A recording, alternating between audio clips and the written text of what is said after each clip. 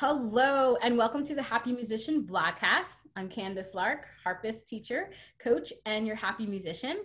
Today, my guest is Danton Arlotto. Danton is an award-winning pianist, composer, phenomenal teacher. And hi, Danton. Thank you for being here today. Thanks so much for having me, Candace. It's been great to be part of your whole story so far. It's really been awesome. Thanks so much for having me. Well, thank you. I feel like this is the best time to spread happiness if I can, but also do some serious conversations with other musicians about what they're doing to make it through this particular time and moving on. And one thing, you have Doc Rocker music studio, but you've had to make a lot of changes, and you've been doing that. And how's that all working for you?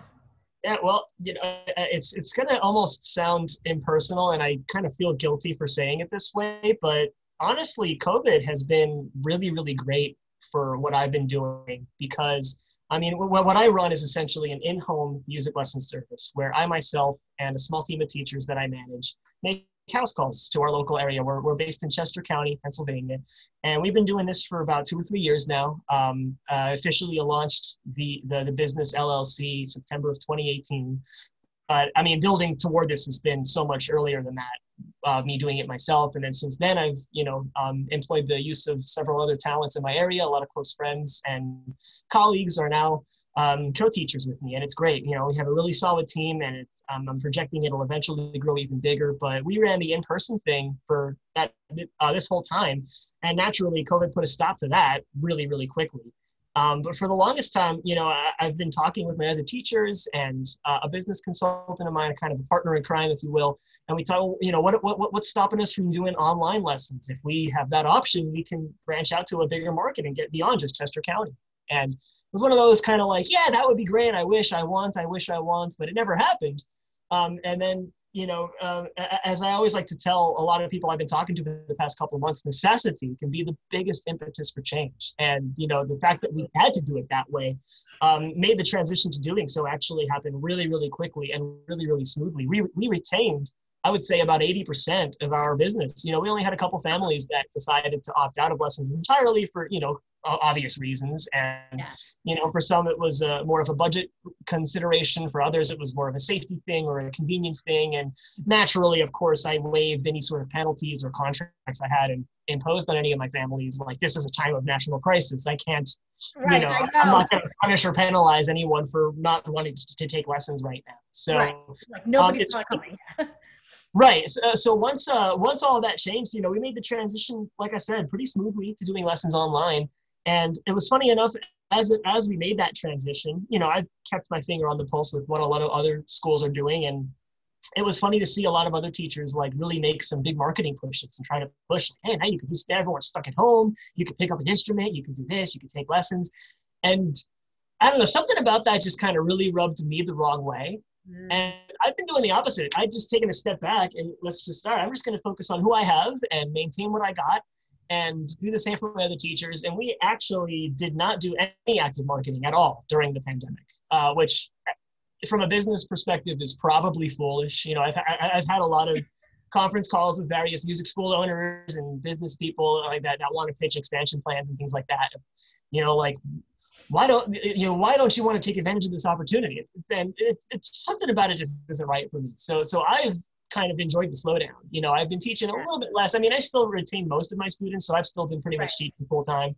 But I mean, for of course, not traveling anymore saves me a lot of time every week because I had a pretty big circuit that I would do weekly for all of my families, and there's reasons for that too. But since all that came to a stop, it freed up a lot of time for me, honestly, during the week. And honestly, quite frankly, really enjoyed it.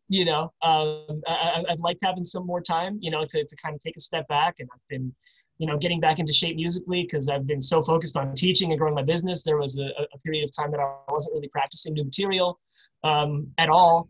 And now that's resumed. Now I have time every week. I get to sit down at the piano for a few hours and work on some new rep. And I've actually learned several new pieces. So hopefully wait. You get to practice like your students now. Yeah, imagine that. Isn't that crazy? I remember college professors for years saying, enjoy the practice time that you have now while you have it, because as soon as you graduate, it all goes away. And I thought, well, that's silly. Right. Well, why would you lose practice time? And sure enough, once I started full time and then life started happening and, like, it's like, wow, 3 weeks have gone by and I haven't touched a piano. That's insane. I know. It's sure enough, yeah, it's reality, and it's been a really nice change of pace to go from like the hyper fast, so focused on going from house to house to house and running a team and building a business and doing this and doing that, and a lot of that coming to a stop has now been like, all right, I'm just going to sit in my office and teach my lessons online, which has its ups and downs. There are certain things about teaching online I really enjoy, and other things about teaching in person that I really miss and can't wait to do. And we can talk more about that later. But yeah, and then as soon as the call is over, like, I'm already home. I don't have a commute back home.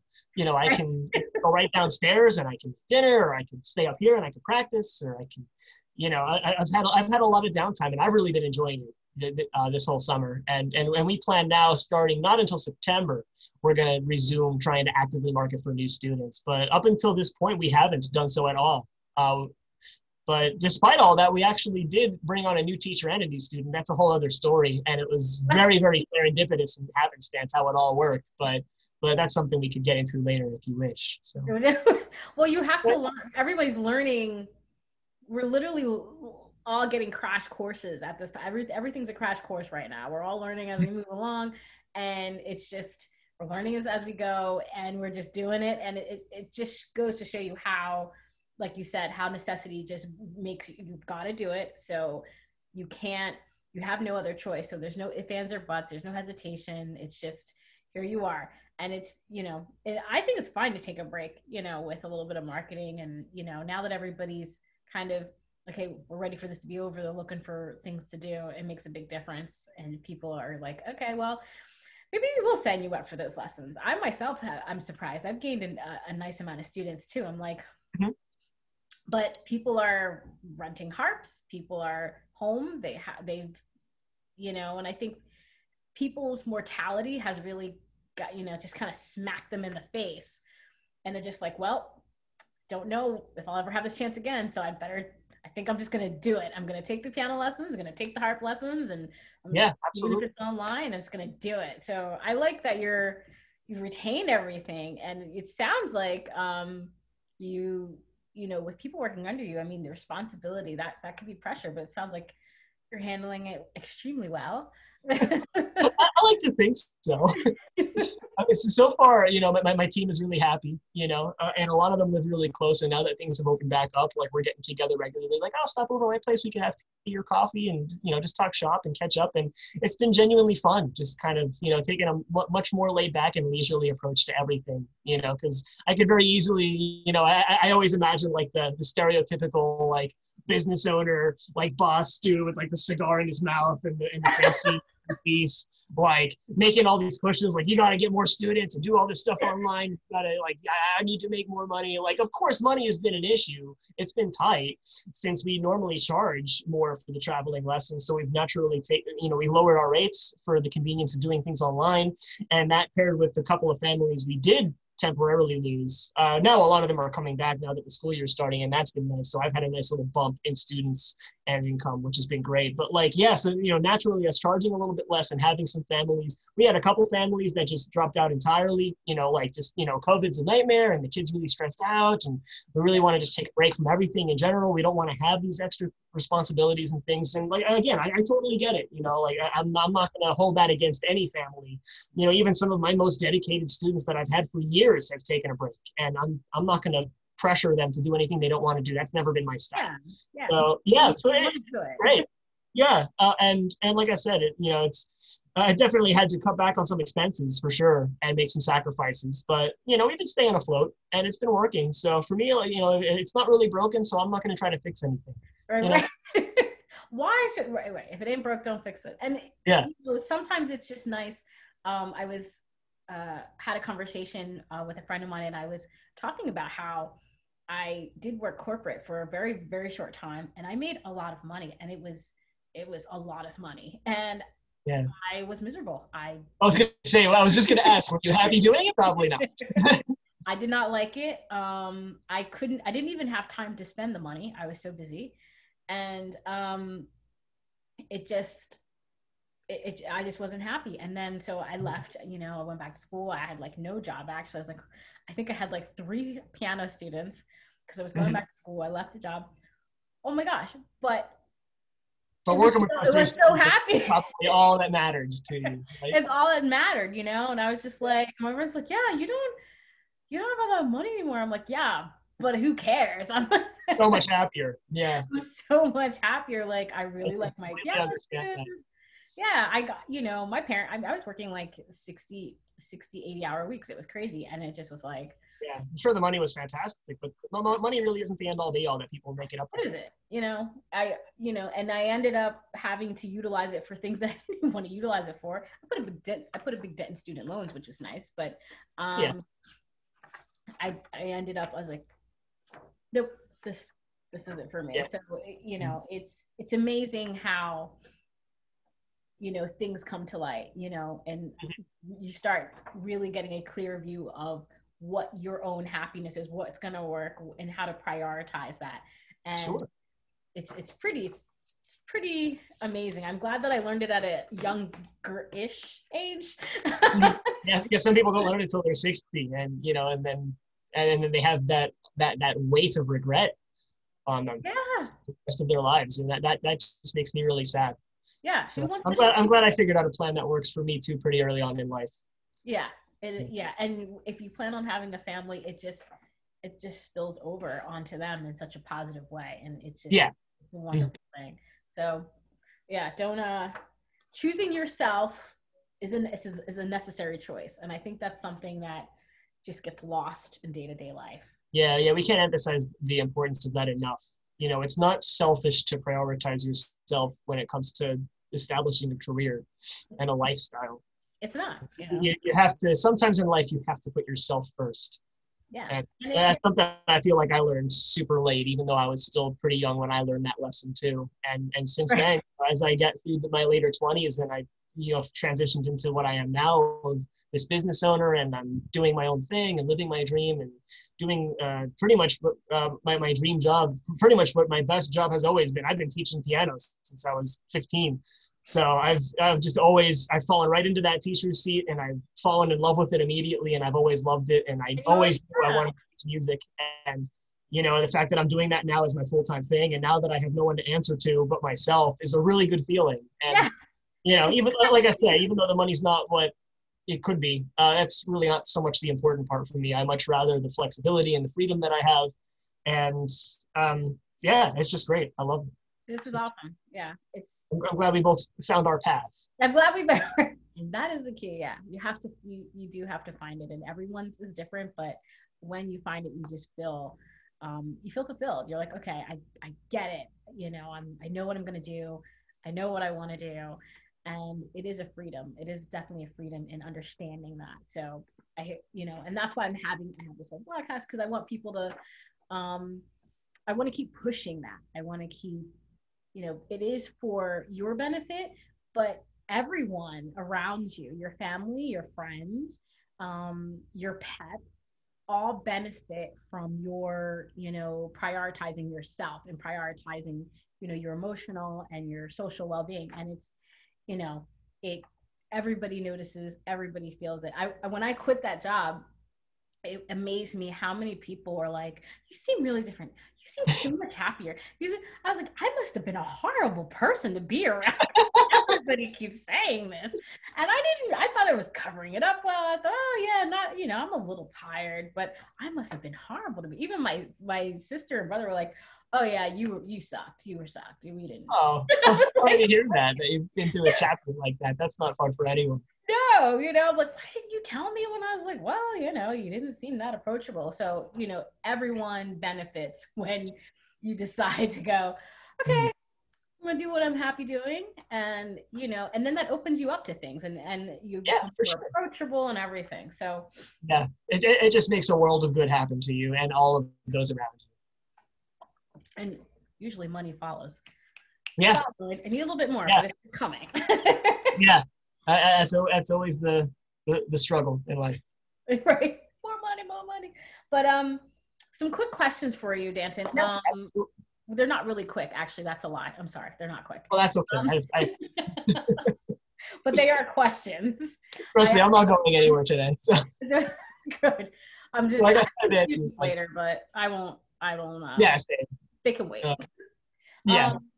First question. This might be a quick question. Are you currently reading anything? What are you reading that's nonfiction, fiction, self-help? Anything? Oh, so you're not talking reading music. You're talking like actually reading. I'm actually, actual books. Oh, okay. Well, music books. yeah, well, I have been reading a lot of music, but as far as non-music stuff, I've always been a really big Harry Potter fan.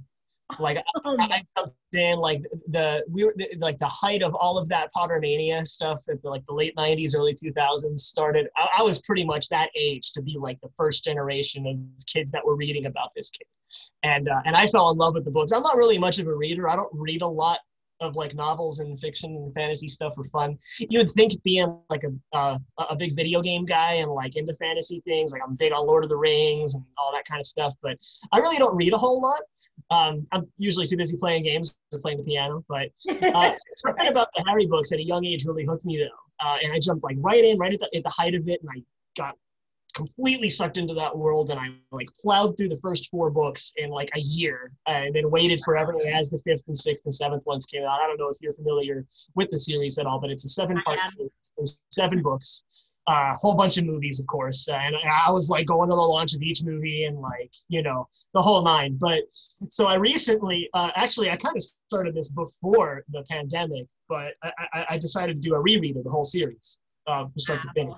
Because I've only done the entire series once. I've read the first couple of books 3 or 4 times each, but I only read the final ones once, and then like watched all the movies, and that was kind of it. But I thought it would be interesting to kind of go back, because I know that J.K. Rowling has kind of, she pretty much planned the whole story from start to finish from the start, which I didn't know as a kid following along. It was just, what's she going to come up with next? But she pretty much had this whole thing mapped out from the episode. She just released it. Yeah. Really interesting. If I go through the first couple books, now that I've read the end, let me go back and see what kind of interesting stuff I can trace throughout the plot. And it's been really fun. So like, and especially once the lockdown started and I had a big slowdown in lessons for like a week or 2, I just sat and pretty much the 5th book in the series is by far the longest, and I got through it in like record time because I just had nothing to do. I just sat there and I just got right into it and just, you know, got totally hooked. And just a couple of weeks ago, I finished my read of the 7th and final book, and the reason it took me so long, like I just didn't want it to end. You know, I would like purposefully like just do a chapter of book 7 and then like put it down, because I can easily just jump in for like 4 hours and half the book. But I was like, I don't want this journey to end. I started it way back around the Christmas season, and I wanted to really take my time and savor it. So I really did, and it's been really fun, and it's been a good use of my time during the pandemic to kind of get out of my own head and get out of the world of what I'm doing with, especially now that I'm doing the same place every day. Yeah. You know, it was one thing, you know, that's one of the things I miss about the in-home music service is that, you know, I had to change the scenery every day. I was driving to a different neighborhood and working on a different piano with a different group of kids, a different house. Certain houses had different pets, and I would get to see pets every week. That was always fun, you know. I'm a puppy parent myself, so there's always that aspect of, you know, going to people's houses if they have a dog or a cat or something like that. That's always really fun. So I don't have that. I'm stuck and cooped up in my office all day doing everything from home. So it was nice to like, you know, to take a little trip and like go to this crazy fantasy world of Harry Potter. So I read all of those, and now that I'm finished with that, this is going to sound really stupid, but I'm a big For Dummies fan. I love the For Dummies. And not so recently, but I found a home recording studio book for dummies. And you must share this with me after the vlog, because I'll show you a link to get it or whatever. So that's been kind of cool, because naturally I've been writing. I'm a composer as well and a songwriter, so I've been writing a lot during my free time, and I have some music that I've recently completed, and right now it's all just MIDI mock-ups on my, you know, notation software programs. And I thought, well, I mean, I have all the technology to make real recordings of things, and especially when I branched out to getting the online lesson equipment, I also got a pretty nice quality microphone and, you know, a boom stand for it, and I have my piano is hooked up to my computer, and I have an audio interface and all that sort of stuff. I thought I can make really cool stuff. And I don't know how to do it. I never learned. That was one of the things I never learned in school. So I grabbed that book forever ago and it just got shelved because of life. And now it's like, so I've been reading that little bits of it every day to try and branch out a little more and learn new skills and continue. I mean, you're never done learning as a musician, especially. No. You know, I literally, I was just doing a guitar lesson yesterday with the student, and we're just doing something real mundane and basic, like going through different scale fingerings. And during the lesson, I made a discovery that there was like an alternative fingering that I never knew about before. And I'm sitting here looking at my chart, all the kids playing scales, and wow, I never realized you could do it this way. And we spent the rest of the lesson exploring that. And it's funny, you're never done learning. I've been doing this stuff for so long. I've been teaching for years and years, and I've been playing instruments as long as I have.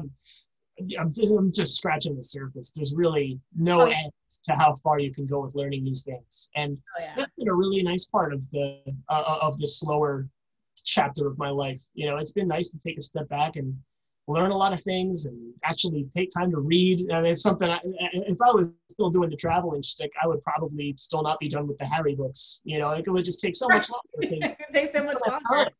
But just running around from house to house and doing all these things and being so busy, it's just crazy. So now, yeah. Now you get to absorb. And what a great escape. I mean, Harry Potter, like. Oh yeah, that's fantastic. I'm a huge fan. Yeah, I love it. Absolutely. I have another question. This one stomps everyone. And that question is, what two people have been the most influential to you and why? Influential in what way? I mean, like as what I'm doing now with my life professionally, or? Yeah, influential to you as a musician, I should say. Oh yeah, well, I hate to say it, but that's actually pretty easy for me. So the number one person I would say is my childhood piano teacher, who recently passed away. And he was thank you. He wasn't my first teacher, but I had another teacher, this real nice young lady. I had her for maybe about a year or two, and then she ended up moving out of town. And then we brought in Matt, and then I heard the news. You know, Matt's going to be your new teacher. And for some reason, I just pictured like this like sleek young dude in a suit. I don't know. You know, I was 7 or 8. I didn't really, you know, like when you're a child and you just kind of project an image of what you think a person will look like. And I could not be more wrong about what this dude was like. And I still remember the first day I met him as my new teacher. And the door swings open in the studio. I was taking lessons at a little mom and pop shop in my hometown where my parents took lessons when they were kids. One of those kind of things. So the door swings open and the kid before me comes out, and he's followed by this hulking, massive dude. Oh my God. Harley Davidson shirt, big scraggly beard, crazy long hair. And he says, "Hey there, tough guy, you ready to rock?" And he changed my life. He shattered all of my realities of what a musician is. And when you heard this guy play, I remember like getting to the point where I was a college classically trained piano performance major, and I would visit home for holidays and see him play like with his rock band and stuff. He was a big rock and roll guy. That was his thing. He's a big part of who I am as a rock musician now too. Wow. But he had such an awesome playing technique, and his teaching was very technique oriented, and he had such a beautiful soft touch. He would play the most mellow, beautiful music on the piano. And when you would look at this guy and never think he was anything of a pianist. You sit down and but he was. And like I remember to the point where I technically had surpassed him as far as like what a musician is, because he never did the whole college thing. He wasn't classically trained. I mean, he could read music, but he didn't know much about the classics. So like when I was at that point where I was going those steps that he never took, I would still go back, and when I would watch him play, my jaw would hit the floor every single time. I would never amount to what a musician he was. And naturally, so even after our time concluded, I went away to college and I worked with, I was a student of Dr. Vincent Craig at Westchester, and he was another humongous influence in my life, and we're still really close. I studied with him. God, I was at that school for 7 years. So naturally, he and I became really, really close, and we still are. I actually just filled in for him for a virtual online service at his Unitarian church. Awesome. So we're still really tight, and he's definitely like a really close number 3, because we're still really close. But Going back to Matt, even after all that time had passed and I'd gone on and I worked with a different teacher and I did all this stuff, we still stayed in touch. And even till pretty much the week of his passing last November, like we were always just talking, whether it was by phone or we would chat on Facebook. We were Facebook friends, and we would just go back and forth, talk about our mutual favorite band, Kansas. He was a big Kansas fan. Wow. I love that band, and they're very much a big part of who I am as a musician. I listen to all their music, and they just put a new album out, and it's amazing that all these old crazy rock dudes are still making new music and they're still performing. I just want to see. That's one thing I know. They just keep on going, don't they? Yeah, and they've been around forever, and like it was especially like I would just go back and forth with Matt. We would just it was great. We would just geek out about how great Kansas is, and he would always like share videos of like new things he would find because he was at this point retired, and and he had a lot of major health issues. And the last time I saw him play was, probably almost 10 years ago at this point. And even then, he claimed that he wasn't playing as well as he did in his prime, but it was still a sight to behold. And, yeah, but he eventually, diabetes got the better of him, and he lost feeling in his hands. And he eventually got to the point where he wasn't playing at all. And when he finally did pass, my first reaction was to breathe a sigh of relief, because I knew he wasn't happy at this last stage of his life, because he was always out there playing, and he was always teaching. And when he got to the point that he couldn't do that anymore, I knew he wasn't happy. So it was definitely a relief, but it was definitely a bit of a surprise and a major shock. And it was, of course, it was really sad. I'm still a little beat up over it, but it was really nice though, because he was a legend in my hometown. Like, everyone knew the name Matt Magasto. You say that name, and like anyone who was anything, like, oh yeah, Matt. A lot of people would affectionately refer to him as Uncle Matt. He was that kind of, and for me, he literally was a second father figure for me. And more on that in a bit. But he was like, he had that much influence on people and that much, and he just had a heart of gold, and he was a fantastic musician. He knew every aspect of the trade, whether it was from soldering wires to mixing to mastering to working in the studio to improvising to transcription to transposing. He knew it all, and you would never think, because he wasn't a classically trained musician, but he's still probably the greatest musician I've ever met in my life, and I still think about him all the time. And it was really cool when he did pass. The entire music community in the greater Hazleton area put together this huge benefit concert for him last February, which was great. It was like right before the world changed for the worse. And we got to bring everyone together, and there was a tremendous turnout for it, and tons of the area's best bands and artists came out to perform and donate to helping out with a lot of his funeral expenses and things like that, because he didn't die that well off financially. So it was really cool to see so many of these like rock icons from the local area come together and put on like a really awesome concert, and I got to play in it because my brother and cousin have a band locally up there, and so they let me sit in as a guest piano player. So I brought all my equipment and I gave it my all, and I learned some material and prepared ahead of time, and I played for it, and it was cool. They had a nice big poster of him draped behind us, and it was one of the greatest performance experiences of my life. And it sounds like he left an incredible legacy. As soon as someone asks, "So who's that person?" Like, before you're even done asking the question, I know it's going to be that. He is just that much of a special person to me, and I will never forget him. Second person I would say is my dad. Both of my parents have always been really supportive of what I do. And they're both musicians. I grew up in a pretty musical family. My brother plays in a band. My other brother sounds like it. My mom was a church organist for 30 plus years, and my dad was at our church. Actually, he and my mom met in high school in marching band. That was how they met. Oh my God. You didn't have much choice in the whole musical matter then. No. Music was entirely my choice, and I wanted to do it. And it wasn't just because my family did it, but that's a whole other story. But right, yeah. Growing up and doing the whole piano thing, like, it was pretty much Matt from really early on started feeding me that dream. Like, get your teaching degree and take that step I never took, go to school for music, learn all the stuff that I can never teach you, get to the point where you can do this, that, and the other thing, and you'll never starve, and you'll be great. And like he fed me these dreams. I was like 12. 13, and like I finished some of the piano methods, and I was doing some more advanced stuff, and he was just hitting me with all this stuff. And all the while, like, I kind of really quickly molded into like, yeah, I want to do this. And it was actually because of him that I got my first teaching job. because he recommended me. There was another teacher at the studio at the time that was going on maternity leave. And the owner of the store was sitting there racking his brain. What do I do? What am I going to do with all these students? And Matt said, why don't you just call Danton? He'll do it. He's definitely qualified. I mean, I can tell you that as his teacher, he knows more than enough to teach these kids. And so sure enough, I got a call from the owner of the studio and said, do you want to teach these kids temporarily? And that temporary position turned into permanent. You know, the mother never came back.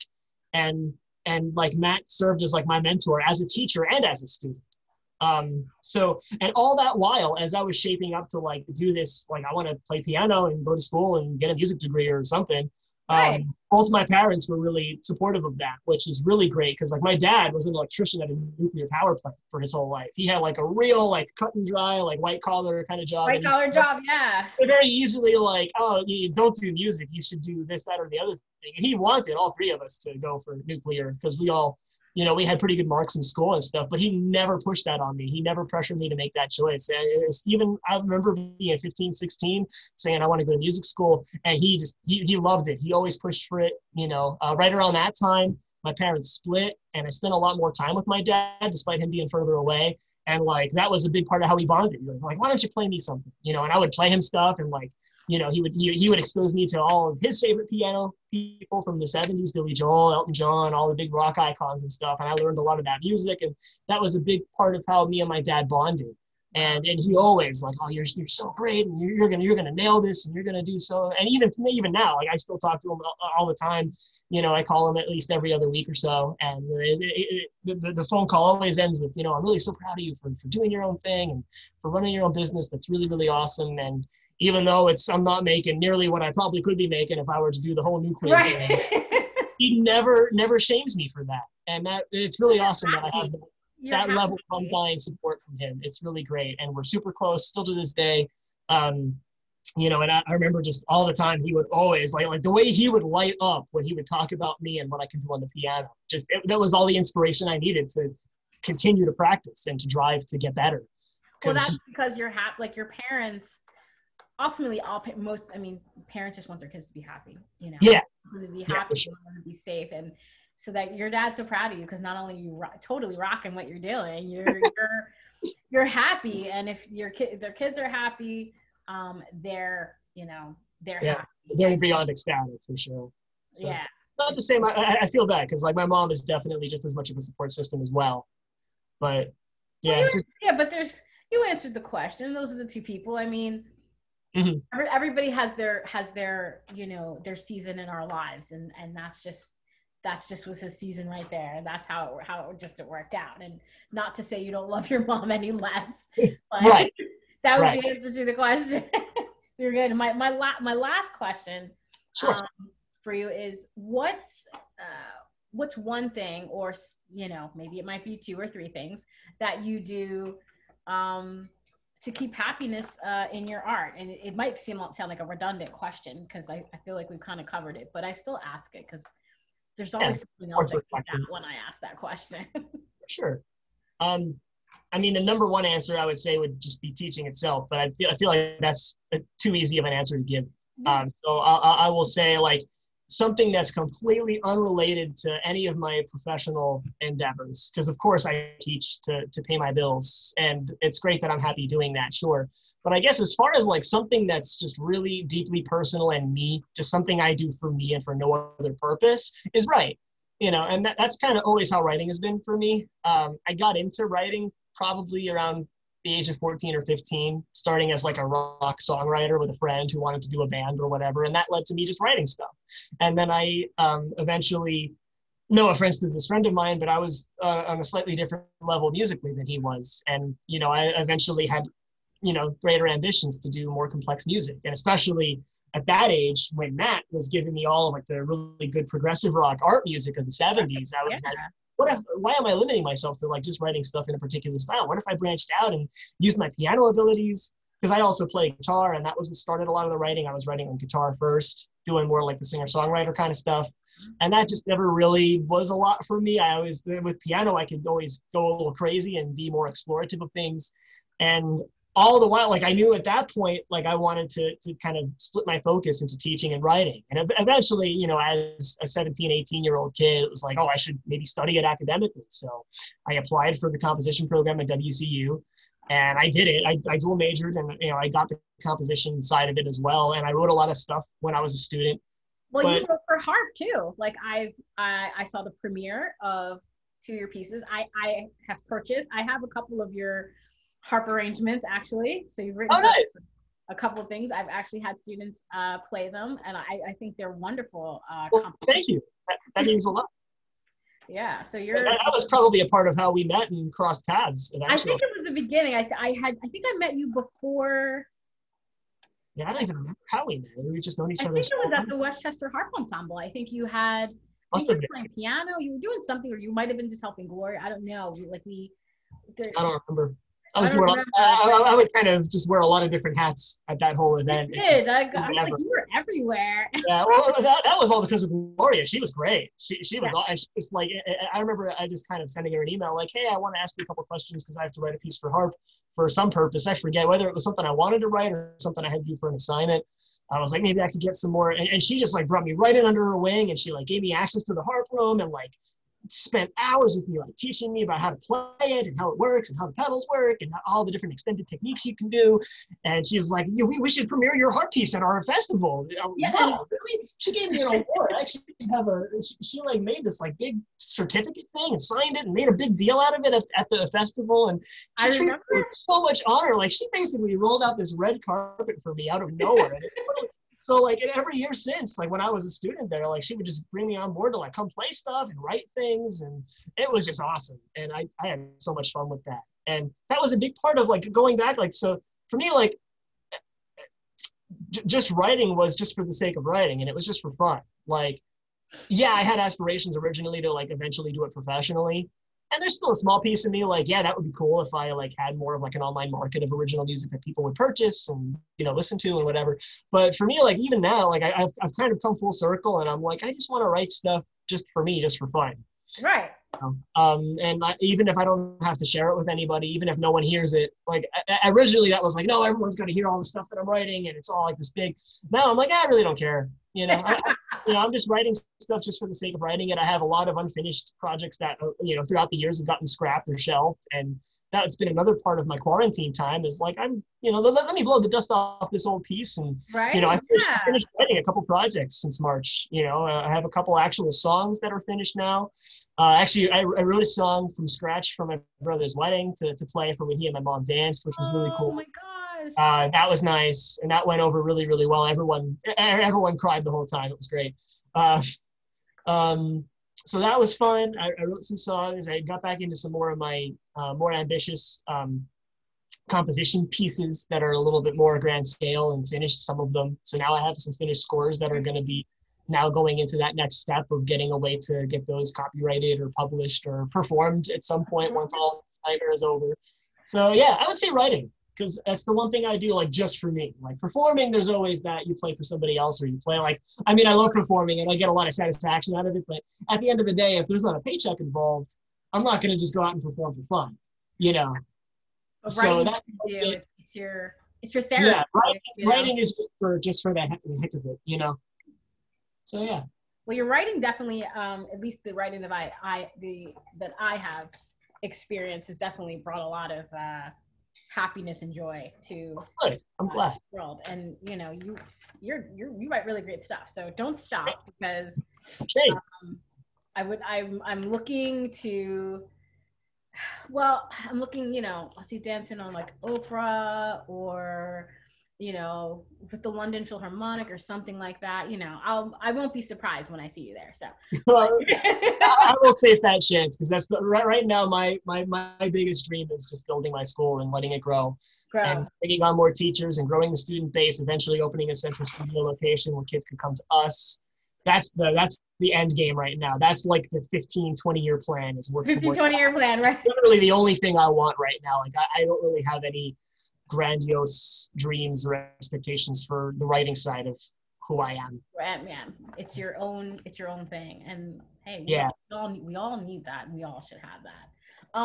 Danton, I gotta, unfortunately, because I'm having such a great time talking to you, I have to wrap it up, but I just want to say thank you Well, for thank you. sharing your, Thank you for letting me come on and just kind of put myself out there. It's been a lot of fun. And, yeah, I'm really glad that you reached out. I'm flattered that you value me that much, that you want me to be part of this, and that really means a lot to me. So thank you for oh, inviting.